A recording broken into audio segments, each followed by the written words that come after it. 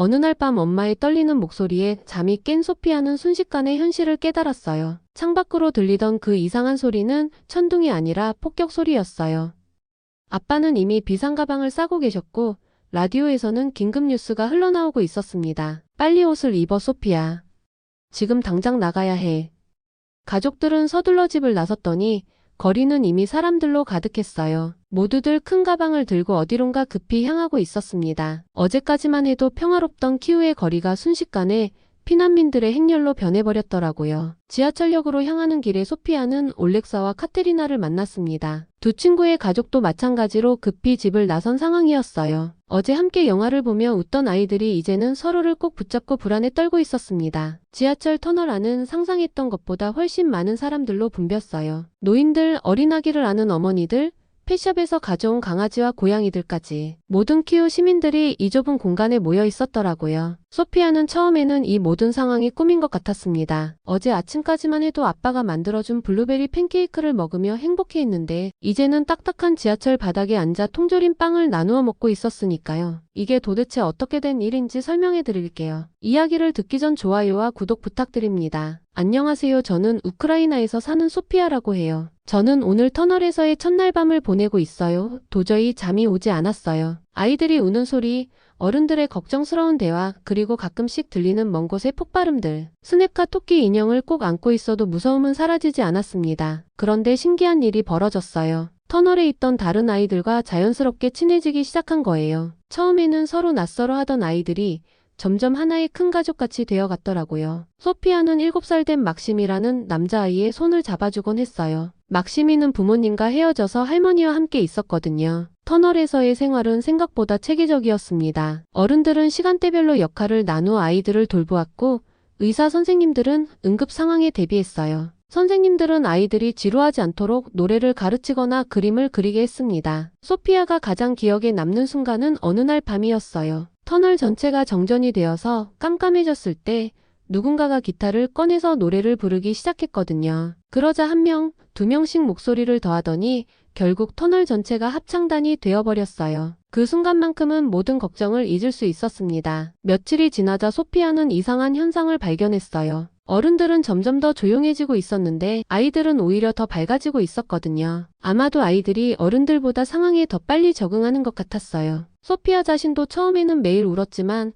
이제는 다른 아이들을 위로하는 언니 역할을 하고 있었습니다. 터널에서 보낸 2주 동안 소피아는 많은 것을 배웠어요. 나누는 것의 소중함, 서로 돕는 것의 중요성, 그리고 가장 힘든 순간에도 희망을 잃지 않는 법을 말이에요. 어른들이 걱정스러운 표정으로 라디오 뉴스를 들을 때도 아이들은 서로의 손을 잡고 괜찮을 거야 라고 속삭이곤 했습니다. 드디어 터널을 나오는 날이 왔어요. 정부에서 안전한 대피 장소를 마련했다는 소식이 들려왔거든요. 소피아는 2주 만에 다시 보는 햇빛에 눈이 부셨습니다. 하지만 지상으로 올라와 본 키우의 모습은 떠나던 날과 완전히 달랐어요. 익숙했던 건물들 중 일부는 사라져 있었고 거리는 텅 비어 있었습니다. 버스를 타고 대피소로 향하면서 소피아는 창밖을 바라봤어요. 그리고 스스로에게 다짐했습니다. 언젠가 다시 돌아올 거야. 그리고 우리 집에서 아빠가 만든 팬케이크를 먹을 거야. 터널에서 만난 친구들과 손을 꼭 잡으며 소피아는 새로운 여정을 시작했습니다. 새벽 5시의 폭격 소리와 함께 소피아의 평범한 일상은 산산조각이 났어요. 부모님은 이미 며칠 전부터 이런 상황을 대비하고 계셨던 것 같았어요. 아빠의 백팩에는 여권과 중요한 서류들이, 엄마의 가방에는 며칠치 옷가지와 응급약품들이 미리 준비되어 있었거든요. 폴란드로 가야 한다, 소피아야. 거기서 안전할 수 있어. 가족은 수많은 차량들과 함께 키우를 떠났습니다. 고속도로는 완전히 마비 상태였어요. 평소라면 3시간이면 갈 수 있는 거리를 하루 종일 걸려서 갔더라고요. 차 안에서 소피아는 계속 뒤를 돌아봤습니다. 점점 멀어지는 키우의 스카이라인을 보면서 가슴이 먹먹했어요. 첫 번째 국경 검문소에서 소피아는 생전 처음 보는 광경을 목격했습니다. 수천 명의 사람들이 길게 줄을 서 있었고 아기들은 울고 있었고 할머니 할아버지들은 무거운 짐 때문에 힘들어하고 계셨어요. 소피아네 가족도 그 긴 줄의 일부가 되었습니다. 줄을 서서 기다리는 동안 소피아는 많은 가족들의 이야기를 들었어요. 어떤 아주머니는 오직 고양이 한 마리만 안고 피난을 나왔다고 하시더라고요. 어떤 할아버지는 60년 동안 살던 집을 떠나는 게 이렇게 힘든 줄 몰랐다며 눈물을 흘리셨습니다. 국경을 넘는 과정은 생각보다 복잡했어요. 서류 검사도 받아야 하고 짐 검사도 받아야 했거든요. 소피아는 토끼 인형 스네카를 검사받는 것조차 부끄러웠지만 경비원 아저씨가 웃으며 예쁜 토끼네라고 말해주셔서 조금 마음이 놓였어요. 드디어 폴란드 땅을 밟았을 때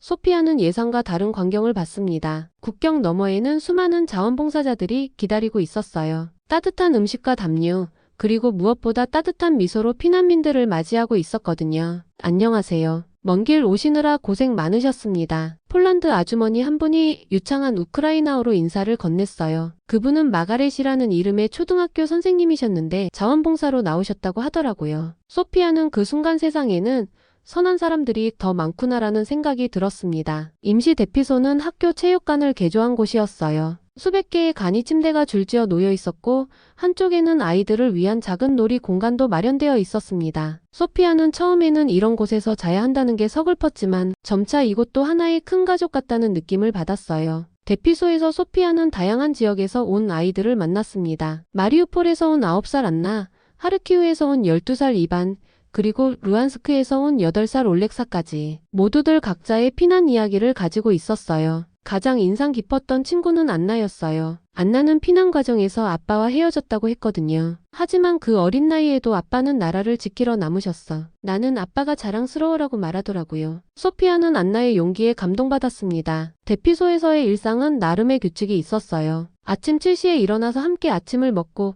오전에는 임시로 만들어진 교실에서 수업을 받았습니다. 폴란드 선생님들과 우크라이나 선생님들이 함께 아이들을 가르쳤어요. 언어는 달랐지만 그림과 몸짓으로 의사소통하는 게 신기했습니다. 점심시간이 되면 모든 사람들이 큰 식당에 모였어요. 자원봉사자들이 정성껏 만든 따뜻한 음식들이 준비되어 있었거든요. 소피아는 처음 먹어보는 폴란드 전통 음식들을 맛보며 음식에는 국경이 없구나라고 생각했어요. 오후에는 아이들끼리 함께 놀거나 그림을 그렸습니다. 소피아는 키우에 있는 자기 집 그림을 그려서 새로 사귄 친구들에게 보여줬어요. 언젠가 너희들을 우리 집에 초대할 거야 라고 말하면서 말이에요. 저녁이 되면 어른들은 뉴스를 보며 고향 소식을 확인했고 아이들은 둥글게 앉아서 서로의 이야기를 들려줬습니다. 무서웠던 일들보다는 재미있었던 추억들, 그리워하는 친구들, 그리고 꿈에 대한 이야기들을 나누곤 했어요. 한 달이 지나자 소피아는 폴란드어 몇 마디를 할 수 있게 되었어요. 감사합니다. 안녕하세요. 좋은 하루 보내세요. 같은 기본적인 인사말들이었지만 자원봉사자들과 소통할 수 있어서 기뻤습니다. 어느 날 저녁, 소피아는 부모님과 함께 대피소 근처 공원을 산책했어요. 봄이 오고 있었고 꽃들이 피기 시작했습니다. 소피아는 그 아름다운 풍경을 보며 다짐했어요. 힘든 시간이지만 포기하지 않을 거야. 그리고 언젠가 집으로 돌아가서 친구들에게 이 모든 이야기를 들려줄 거야. 국경을 넘은 지 2달이 지났을 때 소피아네 가족에게 독일로 이주할 기회가 생겼습니다. 더 안정적인 환경에서 새로운 시작을 할 수 있는 기회였어요. 소피아는 폴란드에서 사귄 친구들과 헤어지는 게 아쉬웠지만 새로운 모험이 기다리고 있다는 생각에 설레기도 했습니다. 폴란드를 떠나 독일 베를린에 도착한 소피아네 가족은 완전히 새로운 세계를 마주했어요. 베를린의 국제공항은 키우 공항보다 훨씬 크고 복잡했지만 곳곳에 우크라이나어로 된 안내판들이 붙어 있어서 마음이 조금 따뜻해졌습니다. 베를린에 오신 것을 환영합니다. 공항에서 소피아네 가족을 맞이한 것은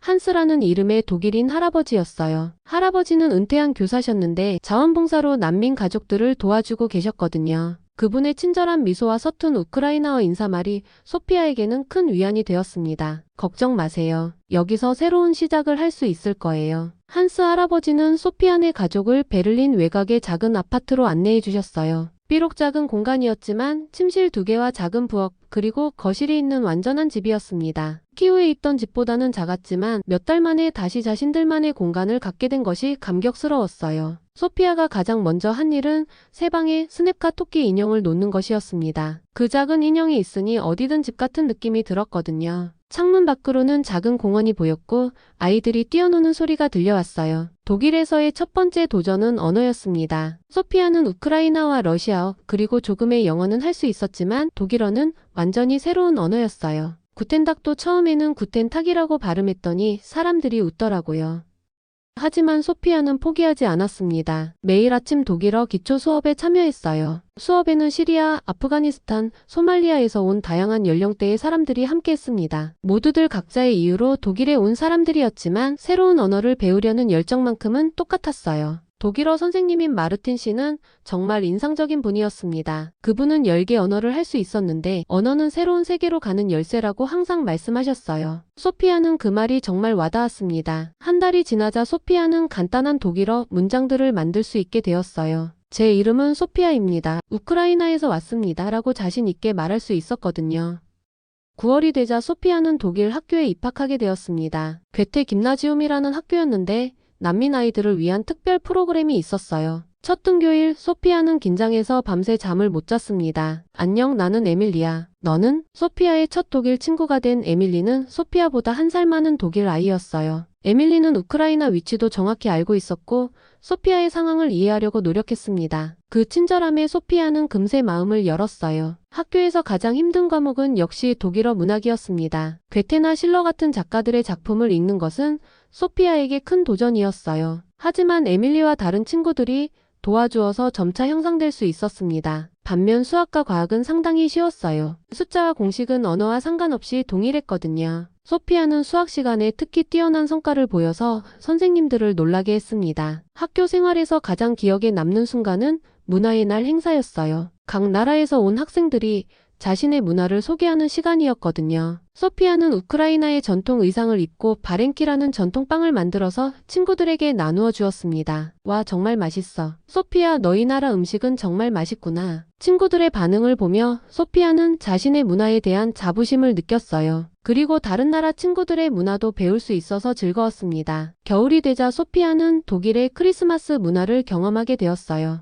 크리스마스 마켓에서 글리바인 뜨거운 와인을 마시고 레브쿠엔 독일 쿠키를 먹으며 독일 친구들과 함께 시간을 보냈습니다. 키우에서의 크리스마스와는 다르지만 나름의 따뜻함이 있었어요. 소피아는 매주 키우에 있는 올렉사와 카테리나와 화상통화를 했습니다. 친구들은 여전히 키우에 있었지만 학교는 온라인으로 하고 있다고 했어요. 서로의 근황을 나누며 언젠가 다시 만날 수 있을 거야 라고 약속했습니다. 베를린에서의 첫 해가 지나갈 무렵 소피아는 독일어로 일기를 쓸 수 있게 되었어요. 물론 아직 완벽하지는 않았지만 자신의 생각과 감정을 독일어로 표현할 수 있다는 것 자체가 큰 성장이었습니다. 오늘은 정말 좋은 하루였다. 에밀리와 함께 영화를 보러 갔는데 독일어 대사를 70% 정도 이해할 수 있었다. 1년 전만 해도 한마디도 몰랐는데 소피아는 베를린에서의 생활이 점점 자연스러워지고 있었어요. 하지만 마음 한편으로는 항상 키우에 대한 그리움이 있었습니다. 때로는 꿈에서 키우의 거리를 걷기도 했고 아빠가 만들어주던 블루베리 팬케이크 냄새를 맡기도 했어요. 언젠가 돌아갈 거야. 하지만 그때까지는 여기서 최선을 다해 살아갈 거야. 소피아는 베를린에서 새로운 꿈을 키우기 시작했습니다. 국제관계를 공부해서 세계 평화에 기여하고 싶다는 꿈이었어요. 자신의 경험을 바탕으로 전쟁으로 고통받는 아이들을 도울 수 있는 사람이 되고 싶었거든요. 베를린에서의 2년째가 되자 소피아는 완전히 다른 사람이 되어 있었어요. 독일어는 이제 거의 모국어 수준이 되었고 독일 친구들과도 자연스럽게 어울렸습니다. 하지만 소피아에게는 특별한 사명감이 생겨났어요. 바로 우크라이나와 독일 사이의 다리 역할을 하고 싶다는 것이었습니다. 소피아, 너는 정말 특별한 아이야. 두 문화를 모두 이해하고 있으니까. 학교의 사회 선생님인 밀러 선생님이 하신 말씀이었어요. 밀러 선생님은 소피아에게 특별한 제안을 하셨습니다. 학교에서 새로 시작하는 문화교류 프로그램의 학생 리더가 되어달라는 것이었죠. 이 프로그램은 독일 학생들에게 우크라이나 문화를 소개하고 동시에 새로운 우크라이나 학생들이 독일 문화에 적응할 수 있도록 돕는 프로그램이었어요. 소피아는 이 제안을 들었을 때 가슴이 두근두근했습니다. 네, 해보겠습니다. 소피아의 첫 번째 프로젝트는 우크라이나 문화주간이었어요. 일주일 동안 학교 전체가 우크라이나에 대해 배우는 시간을 갖는 것이었습니다. 소피아는 엄마 아빠와 함께 전통 음식을 준비하고 우크라이나의 역사와 문화를 소개하는 프레젠테이션을 만들었어요. 가장 인상적이었던 것은 우크라이나 전통 춤 공연이었습니다. 소피아는 키우에서 배웠던 호파크 춤을 독일 친구들에게 가르쳤어요. 처음에는 서툴렀던 독일 아이들이 점차 춤을 배워나가는 모습을 보며 소피아는 큰 보람을 느꼈습니다. 소피아야, 이 춤 정말 재미있어. 우크라이나 사람들은 모두 이런 춤을 출 수 있어? 친구들의 질문에 소피아는 자신의 문화에 대한 자부심을 더욱 크게 느꼈어요. 그리고 동시에 독일 문화의 좋은 점들도 우크라이나 친구들에게 알려주고 싶다는 생각이 들었습니다. 여름방학이 되자 소피아는 특별한 계획을 세웠어요. 온라인으로 키우에 있는 친구들과 가상 문화 교류를 하기로 한 것이었습니다. 매주 화상통화를 통해 서로의 일상을 나누고 각자가 살고 있는 곳의 문화를 소개하는 시간을 갖기로 했거든요. 올렉사야, 독일 사람들은 일요일에 정말 쉬어. 상점들도 다 닫히고 가족과 함께 시간을 보내는 걸 중요하게 생각해. 소피아는 독일의 일요일 휴식 문화에 대해 설명했어요. 처음에는 이상했지만 이제는 이런 여유로운 일요일이 좋아졌다고 말했습니다. 반면 키우의 친구들은 온라인 수업의 어려움과 함께 우크라이나 사람들의 강인한 정신력에 대해 이야기해 주었어요. 힘든 상황에서도 서로를 돕고 희망을 잃지 않으려고 노력하는 모습들 말이에요. 가을이 되자 소피아에게 새로운 기회가 찾아왔습니다. 베를린시에서 주최하는 청소년 평화대사 프로그램에 참여하게 된 것이었어요. 이 프로그램은 전 세계에서 온 청소년들이 모여서 평화 화해에 대해 토론하고 실전 방안을 찾는 프로그램이었습니다. 전쟁을 경험한 아이의 목소리가 필요해요. 프로그램 담당자가 소피아를 초청한 이유였어요. 소피아는 처음에는 부담스러웠지만 자신의 경험이 다른 사람들에게 도움이 될 수 있다면 해보고 싶다고 생각했습니다. 첫 번째 워크숍에서 소피아는 아프가니스탄에서 온 아흐메드, 시리아에서 온 파티마, 그리고 콩고에서 온 조제프를 만났어요. 모두들 전쟁이나 분쟁으로 인해 고향을 떠나야 했던 아이들이었습니다. 우리 모두 비슷한 경험을 했구나. 소피아는 이들과 이야기하며 자신이 혼자가 아니라는 것을 깨달았어요. 그리고 각자의 문화와 종교는 달랐지만 평화를 바라는 마음은 모두 같다는 것도 알게 되었습니다. 워크숍에서 소피아가 가장 인상 깊게 들은 것은 독일의 동서통일 이야기였어요. 한때 분열되었던 독일이 어떻게 하나가 될 수 있었는지, 그 과정에서 사람들이 어떤 노력을 했는지에 대한 이야기들이었습니다. 소피아야, 너도 언젠가 우크라이나와 다른 나라들 사이의 평화를 만드는 일에 기여할 수 있을 거야. 워크숍 리더인 안나 박사님이 하신 말씀이었어요. 소피아는 그 말을 듣고 가슴이 벅차올랐습니다. 자신도 정말 그런 일을 할 수 있을까 하는 기대감과 함께요. 소피아는 평화대사 프로그램을 통해 많은 것을 배웠어요. 갈등 해결 방법, 서로 다른 문화 간의 소통 방법, 그리고 무엇보다 어떤 어려운 상황에서도 희망을 잃지 않는 방법을 말이에요. 크리스마스가 다가오자 소피아는 특별한 선물을 준비했어요. 키우에 있는 친구들을 위한 독일 문화 꾸러미였습니다. 독일 전통 쿠키, 크리스마스 장식품, 그리고 독일어로 쓴 편지를 함께 보냈어요. 언젠가 다시 만났을 때 우리 서로에게 많은 이야기를 해줄 수 있을 거야. 너희는 키우에서의 이야기를, 나는 독일에서의 이야기를 말이야. 소피아는 편지에 이렇게 썼습니다. 그리고 자신이 배운 독일어로 간단한 인사말도 가르쳐 주었어요. 새해가 되자 소피아는 새로운 결심을 했어요. 고등학교를 졸업한 후에는 국제관계학을 전공해서 외교관이 되고 싶다는 꿈이었습니다. 그래서 세계 곳곳에서 일어나는 분쟁을 해결하고 평화를 만드는 일에 기여하고 싶다고 생각했어요. 소피아야, 내 꿈을 응원해. 너라면 분명 훌륭한 외교관이 될 수 있을 거야. 부모님도 소피아의 꿈을 적극 지지해 주셨어요. 힘든 피난 생활을 통해 성장한 소피아를 보며 자랑스러워 하셨거든요. 봄이 되자 소피아는 학교에서 모의 유엔 대회에 참가하게 되었어요. 우크라이나 대표로 참가해서 자국의 입장을 대변하는 역할이었습니다. 소피아는 몇 주 동안 열심히 준비했어요. 존경하는 의장님과 각국 대표 여러분, 우크라이나는 평화를 원합니다. 하지만 정의로운 평화를 원합니다. 소피아가 독일어로 발표한 연설이었어요. 당당하고 설득력 있는 소피아의 발표에 모든 사람들이 박수를 보냈습니다. 그 순간 소피아는 자신이 정말 외교관이 될 수 있다는 확신을 갖게 되었어요. 대회가 끝난 후 소피아에게 특별한 소식이 전해졌습니다. 유럽연합에서 주최하는 청소년 평화 캠프에 초청을 받은 것이었어요. 유럽 전역에서 온 청소년들과 함께 평화에 대해 더 깊이 배울 수 있는 기회였습니다. 소피아야, 이건 정말 대단한 기회야. 내가 그동안 얼마나 열심히 했는지 인정받은 거야. 선생님들도 소피아의 성취를 축하해 주셨어요. 소피아는 베를린에 온 지 3년 만에 이런 큰 기회를 얻게 된 것이 믿기지 않았습니다. 그날 밤 소피아는 스냅카 토끼 인형을 안고 창밖을 바라봤어요. 베를린의 밤하늘에는 별들이 반짝이고 있었고 멀리 키우 방향으로도 같은 별들이 빛나고 있을 거라고 생각했습니다. 언젠가 고향으로 돌아갈 때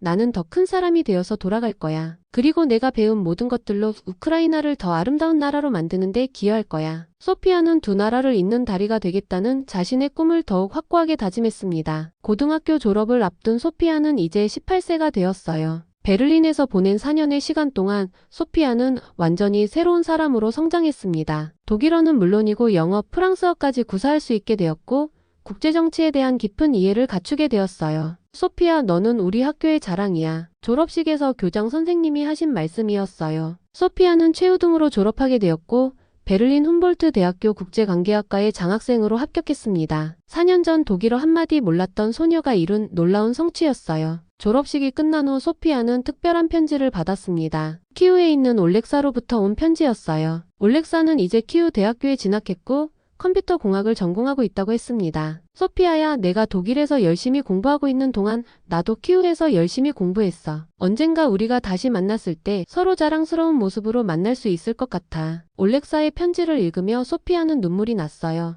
4년 전 함께 영화를 보던 그 어린 친구가 이제 꿈을 향해 열심히 달려가고 있다는 것이 감동적이었거든요. 대학교 입학 전 여름방학 소피아는 특별한 인턴십에 참여하게 되었어요. 유엔 난민기구 베를린 사무소에서 일하는 기회를 얻은 것이었습니다. 자신과 같은 처지의 난민들을 돕는 일에 직접 참여할 수 있는 기회였어요. 소피아, 너의 경험은 정말 귀중한 자산이야. 다른 난민 아이들에게 희망을 줄 수 있을 거야. 국제기관 소속 한국인 직원인 김민정 씨가 하신 말씀이었어요. 김 씨는 소피아의 멘토가 되어주셨고 국제기구에서 일하는 것이 어떤 것인지 자세히 알려주셨습니다. 인턴십 기간 동안 소피아는 새로 베를린에 도착한 난민 가족들을 도왔어요. 4년 전 자신의 모습과 똑같은 불안하고 무서워하는 아이들을 만났을 때 소피아는 특별한 사명감을 느꼈습니다. 걱정하지 마세요. 저도 4년 전에 똑같은 상황이었어요. 여기서 새로운 시작을 할 수 있을 거예요. 소피아가 아프가니스탄에서 온 8살 자이나부에게 한 말이었어요. 자이나부는 소피아의 따뜻한 미소와 친절한 말에 점차 마음을 열기 시작했습니다. 소피아는 자이나부에게 독일어 기초를 가르쳐 주었고 독일 문화에 대해서도 설명해 주었어요. 마치 4년 전 자신을 도와준 사람들처럼 말이에요. 언니, 나도 언니처럼 공부 잘할 수 있을까요? 자이나부의 질문에 소피아는 확신에 찬 목소리로 대답했어요. 물론이야. 너도 분명히 할 수 있어. 포기하지만 않으면 말이야. 인턴십을 통해 소피아는 세계 곳곳에서 일어나는 다양한 분쟁과 그로 인한 난민 문제들에 대해 더 깊이 알게 되었어요. 그리고 이런 문제들을 해결하기 위해서는 단순히 도움만 주는 것이 아니라 근본적인 원인을 해결해야 한다는 것도 깨달았습니다. 9월 소피아는 드디어 대학생이 되었어요. 훔볼트 대학교의 국제관계학과는 독일에서도 손꼽히는 명문 과정이었습니다. 첫 수업에서 교수님이 하신 말씀이 소피아에게 큰 인상을 남겼어요. 여러분은 앞으로 세계의 평화와 안정을 위해 일할 미래의 외교관들입니다. 그 책임감을 항상 기억하세요. 소피아는 그 말을 들으며 4년 전 키우를 떠나던 날을 떠올렸어요. 그때는 단순히 살아남는 것만이 목표였는데 이제는 세계 평화를 위해 일할 수 있는 위치에 서게 된 것이 감격스러웠습니다. 대학교 1학년 겨울 소피아에게 특별한 소식이 전해졌어요. 키우 상황이 많이 안정되어서 안전하게 방문할 수 있게 되었다는 소식이었습니다. 부모님은 소피아에게 겨울방학 때 잠깐 고향을 방문해보는 것이 어떻겠느냐고 제안하셨어요. 정말 가도 될까요? 소피아는 기쁘면서도 걱정이 되었어요. 4년 만에 보는 고향이 어떤 모습일지 그리고 자신이 어떤 기분을 느낄지 알 수 없었거든요. 12월 소피아는 드디어 키우행 비행기에 올랐어요. 스냅과 토끼 인형을 가방에 넣고 4년 동안 독일에서 찍은 사진들을 정리해서 가져갔습니다. 친구들에게 보여주기 위해서 말이에요. 키우 공항에 도착했을 때 소피아는 마치 꿈을 꾸는 것 같았어요. 익숙하면서도 낯선 공항의 모습, 그리워했던 우크라이나 안내방송, 그리고 무엇보다 고향의 공기 냄새가 소피아를 감싸 안았습니다. 소피아야. 공항에서 소피아를 기다리고 있던 것은 올렉사와 카테리나였어요. 4년 만에 만난 친구들은 모두 어른스럽게 변해 있었지만 서로를 알아보는 데는 1초도 걸리지 않았습니다. 와, 소피아. 너 정말 많이 변했다. 완전 어른 같아. 너희들도. 키도 더 크고 완전 대학생 같아. 새 친구는 공항에서부터 신나게 수다를 떨기 시작했어요. 4년의 공백이 전혀 느껴지지 않았습니다. 키우 시내로 향하는 길에서 소피아는 도시의 변화된 모습을 봤어요. 일부 건물들은 복구되어 있었고 새로운 건물들도 많이 생겼습니다. 하지만 여전히 복구 중인 곳들도 있어서 그 시간의 무게를 느낄 수 있었어요. 가장 감격스러운 순간은 자신의 집을 다시 봤을 때였어요. 집은 다행히 온전했고 부모님이 미리 와서 청소를 해두셔서 4년 전 그대로의 모습이었습니다. 소피아는 자신의 방에 들어가서 한참 동안 서 있었어요. 여기서 마지막으로 잔 게 4년 전이구나. 책상 위에는 아직도 일기장이 놓여 있었고 벽에는 친구들과 찍은 사진들이 붙어 있었어요. 모든 것이 그 시간에 멈춰 있는 것 같았습니다. 친구들과 함께 보낸 키우에서의 일주일은 정말 특별했어요. 예전에 자주 가던 카페, 함께 영화를 보던 영화관, 그리고 학교까지 모든 곳을 다시 방문했습니다. 선생님들도 소피아를 반갑게 맞아주셨어요. 소피아야, 내가 독일에서 이렇게 잘하고 있다니 정말 자랑스럽다. 중학교 때 담임 선생님이신 이리나 선생님이 하신 말씀이었어요. 소피아는 독일에서의 경험담을 선생님과 후배들에게 들려주었습니다. 키우에서 가장 의미 있었던 일은 지역 학교에서 강연을 한 것이었어요. 소피아는 후배들에게 어떤 어려운 상황에서도 포기하지 말고 꿈을 향해 나아가라는 메시지를 전했습니다. 여러분도 언젠가 세계 무대에서 활동할 수 있을 거예요. 우크라이나는 여러분의 꿈을 응원할 거예요. 강연을 들은 아이들의 반짝이는 눈빛을 보며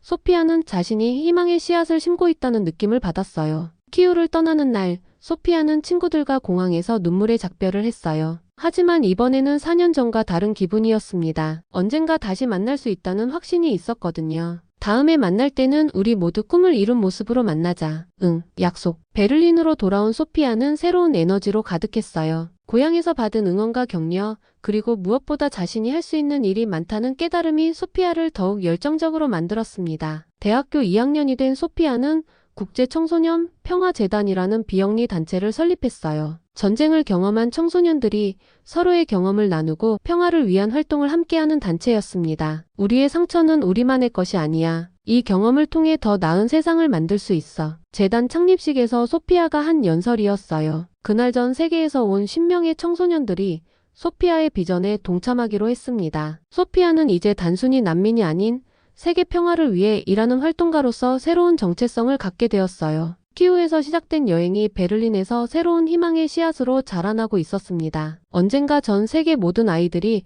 평화롭게 꿈을 키울 수 있는 세상을 만들 거야. 소피아는 스냅카 토끼 인형을 바라보며 다짐했어요. 그 작은 인형과 함께 시작된 여정이 이제 전 세계로 뻗어나가고 있었습니다. 그리고 소피아는 확신했어요. 이것이 진짜 시작이라는 것을. 긴 이야기 시청해주셔서 감사합니다. 댓글로 여러분의 의견을 남겨주세요. 감사합니다.